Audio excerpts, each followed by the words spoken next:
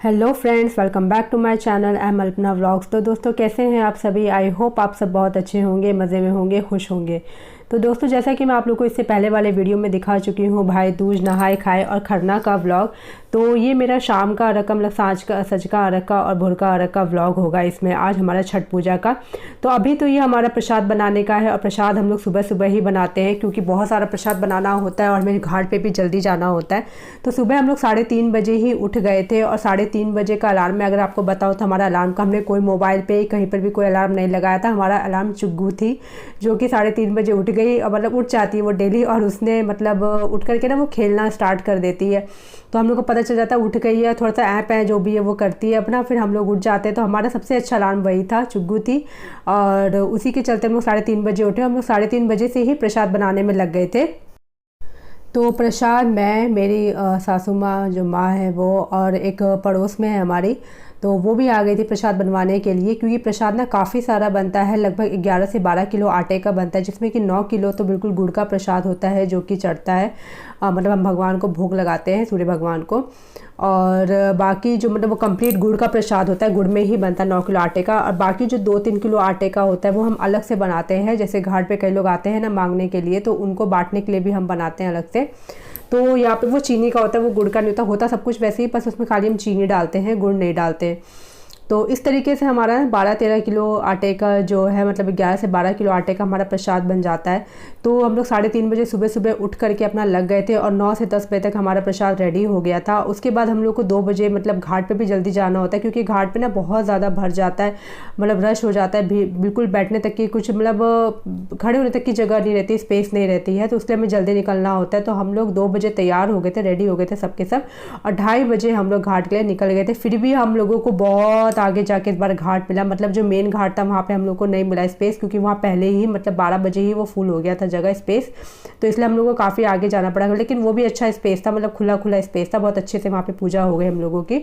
तो यहाँ पे देखिए, फिर जब सूरज ढलने का टाइम होता है ना, उससे थोड़ी देर पहले जो परवेतिन होती है, जो मतलब जो पर्व करती है, जैसे कि मेरी माँ, सासू माँ ने किया था व्रत, तो वो क्या है, जाकर के पानी में जाके स्नान करके फिर अपना सिंदूर लगा के, पिठार सिंदूर जो भी है हाथ में लगा करके, और पानी में जाके खड़े होते। तो ये जो आप नारियल देख रहे हैं ना हाथ में, सबके हाथ में रहता है, जो खष्टी करते हैं। तो ये खष्टी ना मेरी ननद का है, तो 5 साल उसने करवाया मेरी ननद ने, तो वही इस बार उनका आखिरी था खष्टी, 5वां साल था, तो उनका इस बार मतलब कंप्लीट हो गया खष्टी। तो इसीलिए फिर वो लेकर के मेरी सासू माँ काफ़ी देर, मतलब लगभग 1 घंटा, पौना से 1 घंटा खड़े होते हैं पानी में और सूर्य भगवान की आराधना करते हैं, जिसमें कि प्रार्थना की जाती है, मतलब वो खड़े होकर अपने पूरे घर के निरोग रहें, स्वस्थ रहें, उनकी सारी मनोकामनाएं पूरी हो। तो इन सब चीज़ों की प्रार्थना की जाती है सूर्य भगवान से कि कभी भी घर में कोई भी मतलब बीमारी ना हो, स्वस्थ रहे सारे का पूरा परिवार। और ये जो व्रत है ना, छठ व्रत परिवार वालों के लिए ही होता है, अपने मतलब बाल बच्चे, अपने हस्बैंड के लिए, इनके लिए ही ये व्रत होता है छठ। और इसका ना बहुत ही बड़ी मतलब महिमा है, जो भी आप इनसे मांगते हैं वो ज़रूर होता है, ज़रूर पूरी होती है मनोकामना। तो यहाँ पे देखिए, फिर जब सूरज ढलने का टाइम हुआ ना, तो माँ जो है अपना अर्घ देने लगी सूर्य भगवान को। तो इसमें क्या होता है, सूरज ढलते हुए सूरज को और उगते हुए सूरज को अर्घ दिया जाता है। तो ये देखिए, अर्घ लेकर के वो गोल गोल घूमते हैं, करीब मुझे लगता है 5 बार, ऐसे मैंने कभी गिनती नहीं की है, इतने बार गई हूँ, लेकिन 5 बार घूमते हैं। और उसमें ना फिर शाम के टाइम तो मतलब नॉर्मल पानी से, और सुबह के टाइम ना दूध, कच्चे दूध से उसमें अर्घ दिया जाता है, चढ़ाया जाता है अर्घ। तो इस तरीके से हम लोग की जो है यहाँ पे छठ पूजा होती है। और ये ना बिहार यूपी में बहुत ही फेमस छठ, मतलब बिहारियों की तो बहुत ज़्यादा फेमस छठ पूजा होती है, मतलब सबसे बड़ा पर्व माना जाता है छठ पूजा। और यूपी में भी इसको किया जाता है। और अब तो इसमें, पहले तो कह रहे गवर्नमेंट छुट्टियाँ भी नहीं मिलती थी, लेकिन अब तो इसमें सरकार भी जो है 1 दिन की तो छुट्टी देती है इसमें। लेकिन इस बार बच्चों को वो भी नहीं मिली, संडे का ऑफ था, लेकिन हम लोग को तो कोई वो ही नहीं, हम लोग तो गए हुए थे छुट्टी पर ही, मतलब हफ्ते दिन के लिए वहाँ पे। और हम लोग छठ पूजा के लिए ही गए थे, बाकी और कोई चीज़ के लिए नहीं, इसी के लिए बेसिकली मेन हम लोग गए थे। बाकी वहाँ हम लोग जाते हैं थोड़ा बहुत हम लोग घूम फिर भी लेते हैं, क्योंकि इस प्लेस बहुत अच्छा है, रांची बहुत ही अच्छी जगह है। वहाँ पे मतलब डैम है, जो झरने हैं, सब कुछ है वहाँ पे, मतलब थोड़ा ना जंगल झाड़ वाली नेचुरल फीलिंग आती है, तो वहाँ पे बहुत अच्छा लगता है। तो इस तरीके से हमारा शाम का अर्घ तो कंप्लीट हो गया था। अभी हमारा सुबह का अर्घ है। तो मतलब ना घर का वीडियो नहीं बना पाए हम लोग उसमें ज़्यादा, क्योंकि सुबह क्या हड़बड़ ज़्यादा होती है, तो हम लोग खाना वाना सब बना के आए थे सुबह। खाना बना के चाय वाय सब पी करके अपना नहा वहा के हम लोग घाट पे आते हैं। तो सब कुछ हम लोग सुबह सुबह, तो हम लोग ना जल्दी उठ जाते हैं, करीब वैसे तो हम लोग को 1:30 बजे, लेकिन बार लेट हो गया था तो फिर भी 2:10 पे हम लोग उठ गए थे।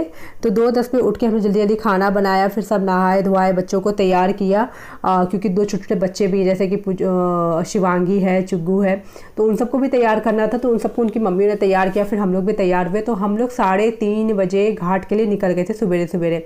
और घाट पे इतनी ठंड थी ना, मतलब मैं तो यहाँ से स्वेटर शॉल लेके ही नहीं गई थी, मैंने सोचा वहीं जाकर के पहन लूँगी। तो वहाँ पे जो माँ का था स्वेटर था और शॉल मेरी ननद का था, तो वो सब मैंने ओढ़ लिया और तब जाके ठंड से मतलब राहत मिली। तो घाट पे मतलब घर पे तो ठंड नहीं लग रही थी, लेकिन घाट पे बहुत ज़्यादा ठंड लग रही थी।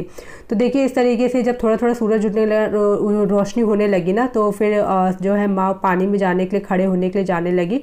तो फिर से वही सारा प्रोसेस होता है, मतलब पिठार लगाते हैं, सिंदूर लगाते हैं, फूल देते हैं, अगरबत्ती जलाते हैं, फिर मांग में सिंदूर भरते हैं। तो वो सब करने के बाद फिर वो जल में पानी में खड़े होने के लिए चले जाते हैं। तो वैसे ही जैसे शाम को होता है, मतलब आप 1.25 घंटा पानी में खड़े रहते हैं, सूर्य भगवान की आराधना करते हैं, उसी तरीके से मॉर्निंग में भी पानी में खड़े होकर सूर्य भगवान की आराधना की जाती है, छठ मैया की आराधना की जाती है। तो यहाँ पे देखिए सूर्य भगवान हमारे उग चुके थे, जैसा कि मैंने आप लोगों को पहले बताया कि उगते हुए सूरज और डूबते हुए सूरज को अर्घ दिया जाता है। तो यहाँ पे देखिए सूरज उग रहे थे।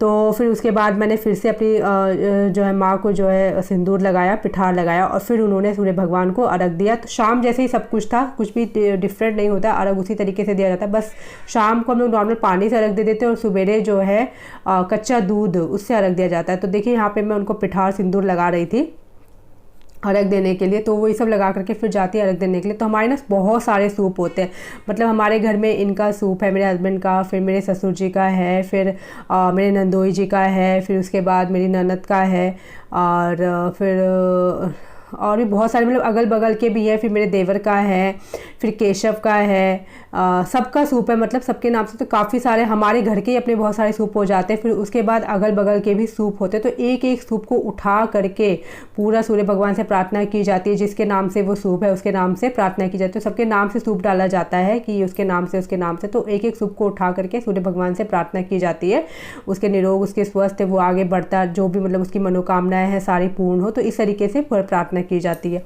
तो यहाँ पे देखिए, ये देखिए इस तरीके का सूप रेडी होता है, जिसमें कि सारे फल, फ्रूट, सब्जियाँ जो मतलब है जितने भी होते हैं, कई प्रकार के सब चीज़ इसमें डाली जाती है सूप में। आज तक वैसे मैंने सूप कभी सरियाया नहीं है, कभी डाला सरियाया नहीं है, लेकिन अब सोच रही हूँ अब नेक्स्ट टाइम से देखूंगी, क्योंकि जब तक हम लोग खुद से नहीं करेंगे तो हमें सीखने कैसे मिलेगा। तो नेक्स्ट टाइम मैं भी सरी, तो मुझे इतना पता नहीं इसमें क्या क्या होता है, लेकिन मेरी ननद बता रही थी कि इसमें सारी चीज़ें होती है। तो दोस्तों आज का मेरा व्लॉग यहीं तक था। अगर आपको मेरा व्लॉग अच्छा लगा हो तो लाइक कमेंट ना करना भूले। तब तक मिलते हैं दूसरे व्लॉग।